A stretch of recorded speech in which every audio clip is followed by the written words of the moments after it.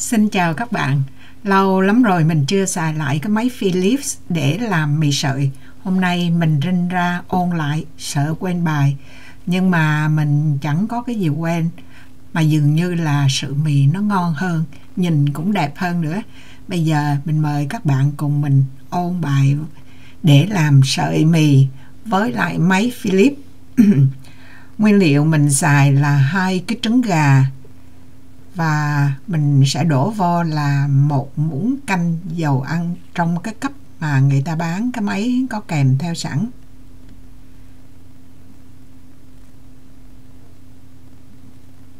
Rồi mình sẽ dùng nước đổ vô cho tới cái mức. Ở trên cái ly nó có cái mức là 180ml. Mình sẽ đổ qua cái mức đó một chút xíu, thì mình cho nó là 190ml. Đúng ra là ml chứ không phải là 190g, mà mình cho nó là 190g. Nó cũng không có chênh lệch bao nhiêu. 1/4 muỗng cà phê bột nghệ. Cái này là tùy ý thôi, bỏ vô cho nó có cái màu vàng tươi hơn. Về bột thì mình xài bột bánh mì. Mình sẽ đổ vô 1 muỗng cà phê muối. Trộn cái hỗn hợp đó xong rồi mình bỏ vô máy. Là đúng 2 cái cốc họ bán á, cái cốc mỗi cái vậy là 250g á. Đổ 2 cốc nữa vô. Rồi mình sẽ đậy nắp lại.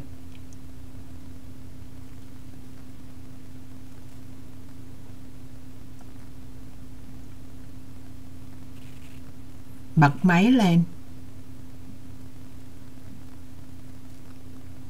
Thì nó sẽ bắt đầu cái trộn bột là 3 phút á, nó bắt đầu trộn. Thì trong lúc nó trộn vậy mình sẽ dùng qua cái khe hở đó, mình đổ cái nước mà mình trộn hồi nãy, nước trứng, dầu với lại nước lạnh đó. Mình đổ qua từ từ.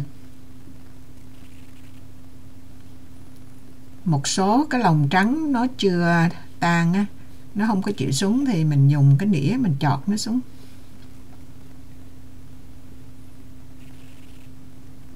Lát mình sẽ lau cái miệng lại cho nó sạch.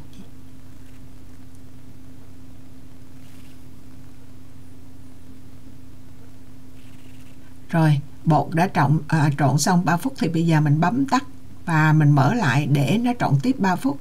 Vì cái model của mình là HR2457, nó không có tự động ngừng.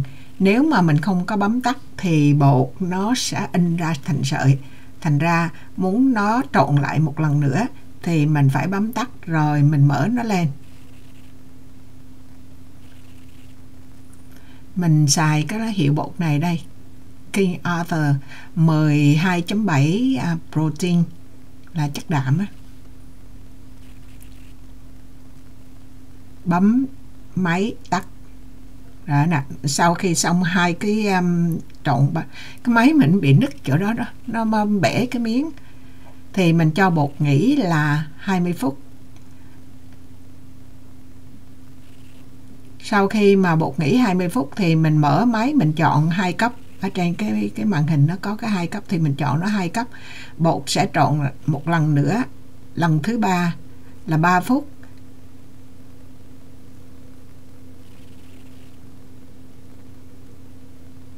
Cái máy model khác thì nó tự động nó tắt, còn này nó nghỉ. Như vậy là mình sẽ đã trộn 3 lần, mỗi lần 3 phút. Và cái lần thứ 3 này thì mình không có bấm tắt, mình để nó tự động nó in ra, nó nén sợi ra. Thì khúc đầu này bạn thấy nó hơi xù xì á, thì ra một khúc cho hết cái xù xì thì mình cắt nó đi. Và bạn nhìn cái sợi nó không hề dính lại với nhau, cái số lượng nước này là chính xác luôn. Thì mình cắt nó ra, mình cắt vụn, khỏi cần cắt vụn nữa, mình cái rứt mình bỏ nó vô trở lại để nó in ra, in nén gì cũng được. Cái khung này là cái khung là angel hair, nghe tức là cái sợi nhỏ nhất á, như sợi tóc của tiên, tóc tiên á.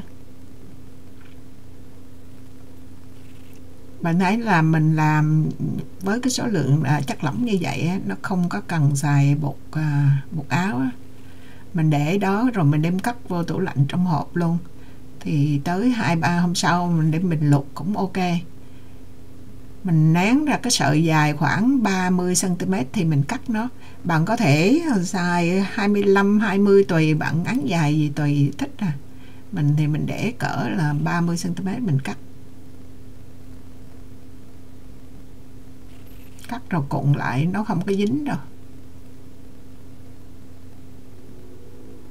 Rồi tiếp tục làm cái khác.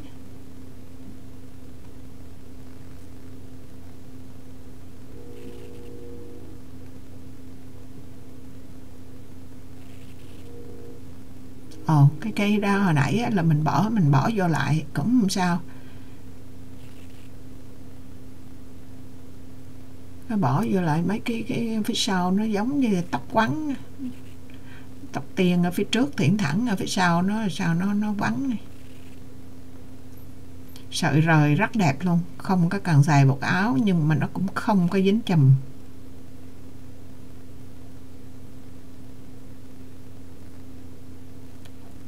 Với cái số nghệ 1/4 muỗng cà phê đó, nó không có hôi mùi nghệ nữa mà giúp cái màu vàng hơn.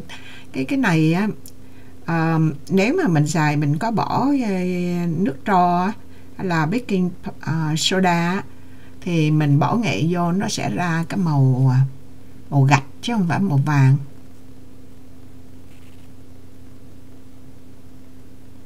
Cứ vậy cứ tiếp tục nén cho tới khi mà hết bột thôi. Đơn giản vậy đó, nó quả ra. Lâu lâu tại vì mình muốn làm đủ thứ kiểu chứ còn đem cái máy này ra làm mà cái máy mình nó cũng bị bể cái nắp rồi, bể cái chốt của cái nắp chứ không phải. Khi nào mà bột nó nhiều quá, nó khuấy, nó bùng cái nắp này đó, thì mình phải lấy cái tay mình đè cái nắp xuống. Đó, bạn thấy giống như tóc tiên á. Còn mấy phút cuối thì máy nó chạy ngược ra, nó nhả bột ở trong cái khuôn nén nó chạy ra, thì mình cho máy ngừng lại, mình cắt cái bột mà nó nén ngược nó ra đó, rồi mình bỏ vô lại cho nó nén sạch quách luôn. Nó dồn cái máy nó cũng hoạt động vất vả lắm, mình thấy nó giật co cái giống như mình nó sắp hở ra. Còn 2 phút rồi 3 phút là mình sạch quách, nhìn ở trong là sạch. Tuy là nhìn sạch vậy á, chứ ở phía trong cái khuôn á nó còn là một chút xíu bột ở trong á. Đó, nhìn đó ra coi như là 500 bột, 200 chất lỏng là cỡ 700, thì mình ra cỡ khoảng là 650 đi, 650 sợi mì này. Nếu mình để trong ngăn mát á, mình để trong cái hộp kín mà để trong ngăn mát thì 3-4 ngày, mà để trong đông lạnh thì 3-4 tuần. Cách luộc mì của mình á, là đổ nước nhiều vô, nấu cho nó sôi lên, rồi mình bỏ từng nhúm. Mình làm hồi đó là 4-5 nhúm vậy đó, thì mình bỏ từng nhúm vô, mình bỏ vô, mình đánh cho nó tan ra, dùng đũa đó ấy cho nó tan ra. Xong rồi á, nước nó sôi lại, mình không cần biết bao lâu mà nước nó sôi lại. Nếu mà bạn đổ nhiều mì vô thì lâu sôi thôi. Khi nào nước sôi trở lại thì mình vớt mì ra, mình cho qua nước lạnh. Cho qua nước lạnh, lát mình sẽ nói cái phần này. Cái này là bài bản thì mình phải nói, tại đa số người ta làm như vậy. Rồi lát mình sẽ có ý kiến của mình. Bỏ qua nước lạnh, thì trong khi bỏ qua nước lạnh thì cái nồi nước sôi của mình á, nó chưa sôi, nó sẽ chờ nó sôi lại thì mình bỏ cái nhúm mì khác ra. Trong lúc đó thì mình vớt cái mì trong nước lạnh nó ra rổ để cho nó ráo. Rồi nước sôi lại, bạn thấy nó sôi lại thì mình hốt cái nhúm mì, cứ tiếp tục làm vậy thôi. Mì này là mình đã bỏ trong tủ lạnh 2 ngày 2 đêm rồi á. Tại vì mình làm xong mình đâu có nấu liền đâu. Cái này mình đem mình xào với mấy con tôm. mình sẽ có công thức sau. Đa số là người ta làm là bỏ qua từ nước nóng vớt qua nước lạnh rồi, nhưng cá nhân của mình thì mình không có vớt qua nước lạnh, mình bỏ thẳng vô rổ luôn. Tuy cái sợi mì nó không có rời như là sợi mì nhúng nước lạnh, nhưng mà khi mình ăn cái vị nó không có, nó đậm đà hơn, mình cảm thấy nó ngon hơn nữa. Bạn thấy cái này bỏ ở nước lạnh nhìn sợi mì nó cũng nó rời ra đó. Sợi mì đẹp quá ha. Ồ, tự mình khen mình luôn.